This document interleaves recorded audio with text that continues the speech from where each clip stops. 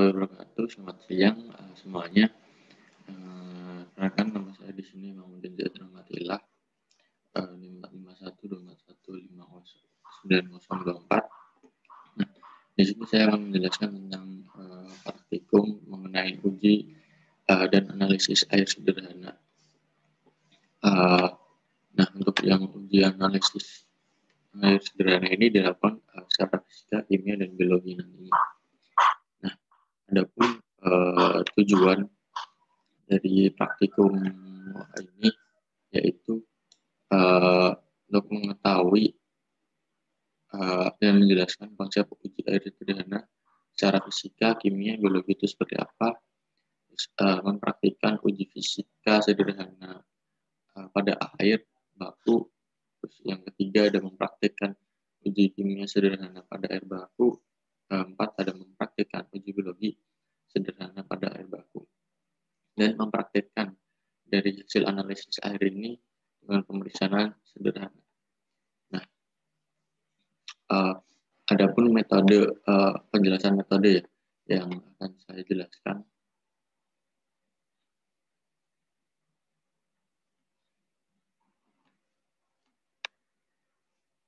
Nah, yang pertama yaitu ada uji fisik, uji secara fisika, yang dimana itu kualitas air dapat diketahui menggunakan indera penglihatan, perasa, cium, penciuman, terus rasa dan cicipi ya, untuk mengenai rasa, keruhan, dan warna dan bau. Nah, ada dua jenis percobaan atau praktikum pada uji fisika, yaitu menggunakan panca indera atau organoleptik, yaitu dengan mengamati keruhan, warna, suhu, bau, dan rasa air yang akan kita uji. Nah, pada saat pengujian ini kita harus berhati-hati karena jangan sampai melakukan uji apabila terlihat kejanggalan pada warna, kekeruhan, dan suhu pada air sampel.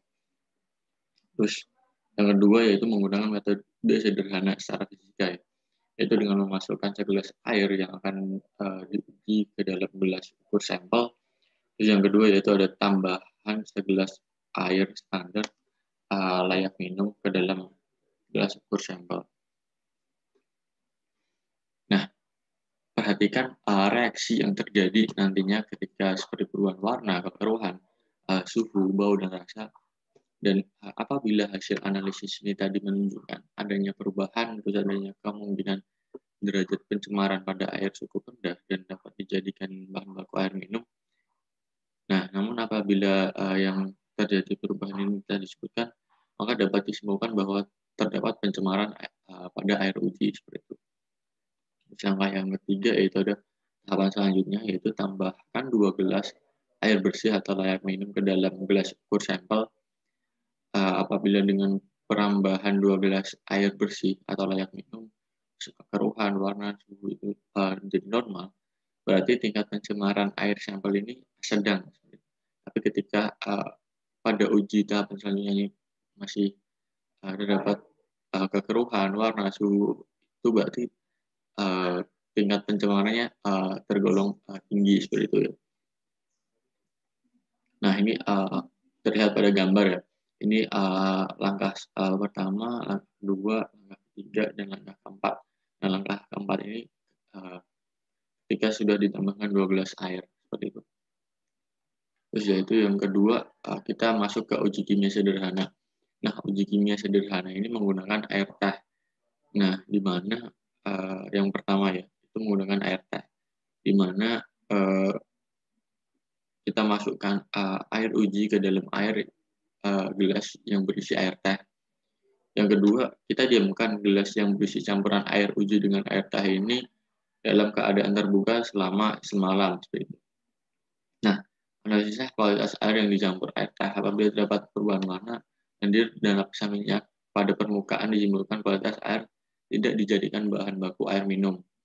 Itu ketika air semalam ya, itu sudah termasuk kategori pencemaran sedang ke tinggi. Nah, selanjutnya bisa didiamkan selama 3 malam. Dari 3 malam dan ketika masih lendirnya itu bertambah pekat. Nah, itu berarti sudah tergolong sudah tidak layak atau pencemarannya sangat tinggi seperti itu. Nah, yang kedua yaitu uji kimia menggunakan metode elektrolisis sederhana, yaitu sebagai berikut. Nah, yang pertama itu sediakan 2 gelas, 2 buah paku dan kabel sepanjang 50 cm dan batu baterai ya. Nah, yang kedua itu sediakan air contoh yang akan diperiksa atau dianalisis. Terus buatlah rangkaian listrik pada gambar nanti yang akan ada di bawah. Terus itu perhatikan selama 1 jam atau beberapa menit apakah ada perubahan pada air ataupun pada air ujinya. Nah, bila air mengandung besi dan unsur lain, maka itu air akan mengalami kekeruhan dan banyak gumpalan gumpalan gelembung air pada paku seperti itu. Nah, ini contoh pada gambar ini contoh rangkaian listriknya. Seperti itu. Nah, yang keempat yaitu ada uji biologi sederhana.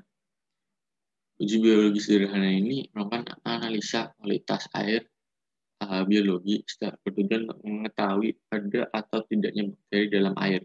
Dengan mata telanjang tidak dapat kita ketahui keberadaan mikroorganisme ini itu ada atau tidak seperti itu. Namun bisa kita lakukan dengan sederhana, yaitu dengan mendiamkan air uji selama beberapa hari. Paling tidak itu minimal selama 5 hari ya.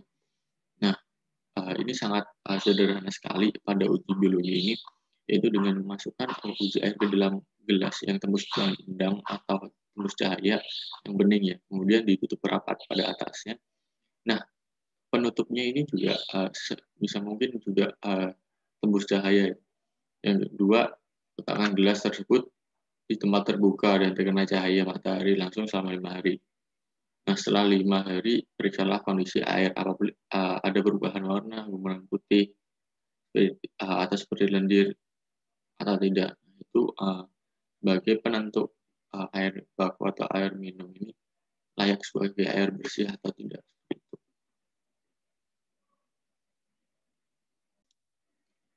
Nah, yang selanjutnya yaitu kita mendapatkan hasil pengamatan dari analisis dari data praktikum tadi. Nah, data pengamatan pada uji fisika menggunakan pasca indera bisa kita lihat pada sampel A, sampel B, sampel C. Nah, sampel A, sampel B, sampel C ini tuh sampel apa? Sampel A itu sampel dari hulu, B itu di tengah atau sumber pencemar, C itu di hilir ya. Pada panca indera didapatkan data seperti ini. Dan pada metode penggunaan sederhana fisika yang ditambahkan 2 gelas air bersih itu juga didapatkan data seperti ini. Terus pada uji kimia kita mendapatkan data seperti ini. Nah, pada uji kimia ini dapatkan hasil pada penggunaan air test pada sampel A, B, C ini bisa dilihat pada tabel ya untuk warna, lapisan minyak dan lendirnya. Dan juga pada metode elektrolisisnya juga pada sampel A, B, C dapat dilihat tingkat kekeruhan, warna dan gumpalannya. Terus yang terakhir pada uji biologi pada tabel ini ya yang didiamkan selama 5 hari sampel A, B, C itu diamati warna, gumpalan putih, endapan dan lendir. Nah, itu datanya itu bisa dilihat seperti itu.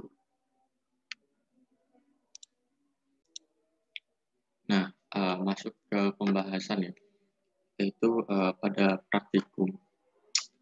Ini dilakukan 3, yaitu pada hulu, hilir, dan tengah pada titik pengambilan sampelnya. Gitu. Nah, untuk langsung aja masuk ke intinya, pada uji biologi sederhana, ini didapatkan uji sampel yang pada sampel A dan B itu hari kelima masih pada hari sampel kelima masih aman, tidak ada perubahan dan gumpalan putih. Dan untuk sampel C ini pada hari keempat sudah terdapat gumpalan putih sedikit ya. Terus pada uji kimia, nah pada uji kimia ini sendiri dilakukan dengan dua pengujian, yaitu ART dan elektrolisis. Pada ART sendiri ini didapatkan tidak terjadinya perubahan secara signifikan pada pendiaman semalaman ya. Dan ketika didiamkan selama 3 hari 3 malam, nah di situ terdapat lendir atau gumpalan minyak seperti itu. Tapi tidak sebanyak, jadi sedikit aja pada permukaan atas. Dan pada uji elektrolisis, nah pada dua penggunaan elektrolisis ini ternyata juga sampel ketiga sampel ya, untuk yang sampel A ini masih aman, dan untuk yang sampel B sama C ini terdapat gelembung, cuma intensitasnya sangat sedikit seperti itu. Nah, untuk pengujian elektrolisis ini sendiri itu untuk mengetahui produksi hidrogen yang akan meningkatkan produksi metana dalam proses anaerob seperti itu. Terus pada uji fisika ini dilakukan dengan menggunakan campuran air. Nah, didapatkan pada uji fisika ini hasilnya itu untuk bau dan rasa. Untuk rasa itu mungkin agak sedikit berbeda, cuma untuk yang di hulu itu masih rasanya masih seperti air seger ya, air fresh. Untuk yang di sampel B dan C itu agak sedikit terpengaruhi, cuma tidak secara signifikan, hanya sedikit. Dan untuk warna itu masih bening semua. Untuk suhu itu suhu terpantau normal seperti itu. Dan didapatkan kesimpulan pada pengujian dan analisis sederhana terhadap sampel air yang diambil di sungai Gelis ini memiliki kadar pencemar yang rendah berdasarkan hasil uji kimia, fisika, dan biologi secara sederhana dan memenuhi standar baku mutu air bersih. Tapi untuk standar baku mutu air minum itu masih butuh pengolahan air minum lagi untuk dapat mencapai baku mutu air minum.